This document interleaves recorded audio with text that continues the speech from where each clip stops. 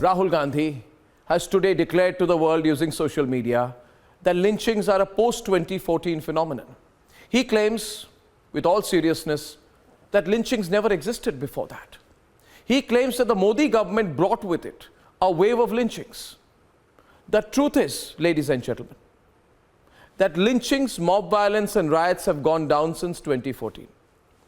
But who is to tell the truth to Rahul Gandhi when he has surrounded himself with courtiers? We shall, so let's debate.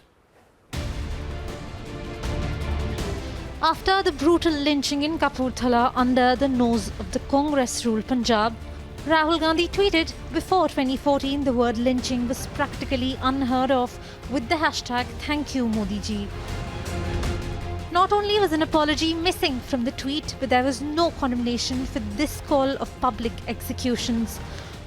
मैं नवजोत सिंह सिद्धू पुत्र सरदार भगवंत सिंह सिद्धू स्वतंत्रता सेनानी ऐलान करदा कि अगर किते भी बेअदबी होवे, चाहे कुरान शरीफ दी होवे, चाहे भगवत गीता दी होवे, चाहे गुरु ग्रंथ साहब दी होवे, सामने लोकां दे लिया के फाहा ला देना चाहिए। कॉन्स्टिट्यूशन दी सब तो वड्डी सजा देनी चाहिए, सब तो वड्डी सजा इस संविधान दी देनी चाहिए।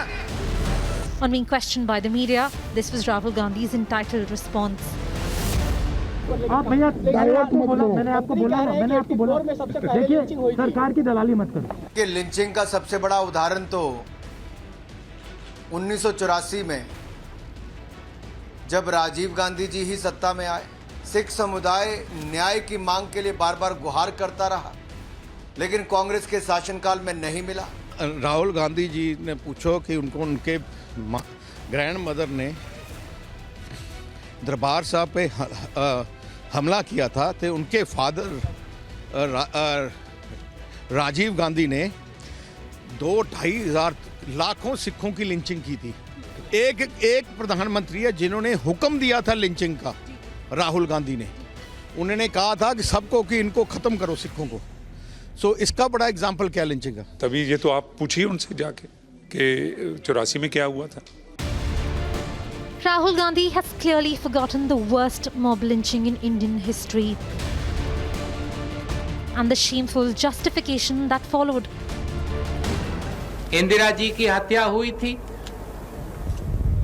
तो हमारे देश में कुछ दंगे फसाद हुए। हमें मालूम है कि भारत की जनता के दिल में कितना क्रोध आया, कितना गुस्सा आया,